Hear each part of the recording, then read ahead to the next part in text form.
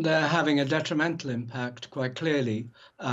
If the level of debt is as high as it is in some of these states, and of course France and Italy are two major economies, it's clearly a drag on those states.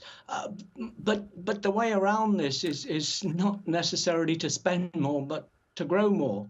And I think that the whole approach, the item that you've presented, is actually very good. But because clearly the election in France is going to have an influence on what France is going to have to present to the Commission by September of this year. Indeed, all the states that were listed have to present plans. But we need to bear in mind that whilst Article 126 still governs the process, the way in which it's implemented has changed. So states have a longer period of time, 4 years, even up to 7 years, to meet the criteria of 60% or of debt, if you like.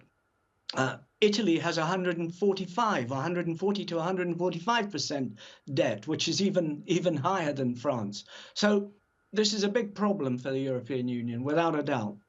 Right, and this comes at a tough time for France politically. Could this warning impact the fiscal policies of the opposition, who have vowed to increase public spending?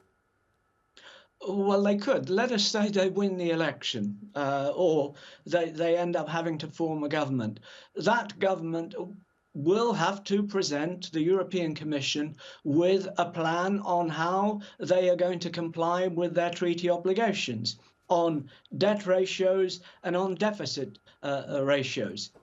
Quite clearly, what they're proposing to do now is going to make it virtually impossible for them to meet that criteria, which then means that eventually they could be subject to, if you like, the penalties listed in Article 126.12, which in the end could amount to a fine. So, and France, by the way, does not have a vote in this, because remember, it's not the Commission that ultimately decides. The Commission recommends, but it's the states that have to decide. And there we will see some interesting political games as a consequence, if you like, of the European elections, and as a consequence of the elections that are going to happen in France over the next 2 or 3 weeks.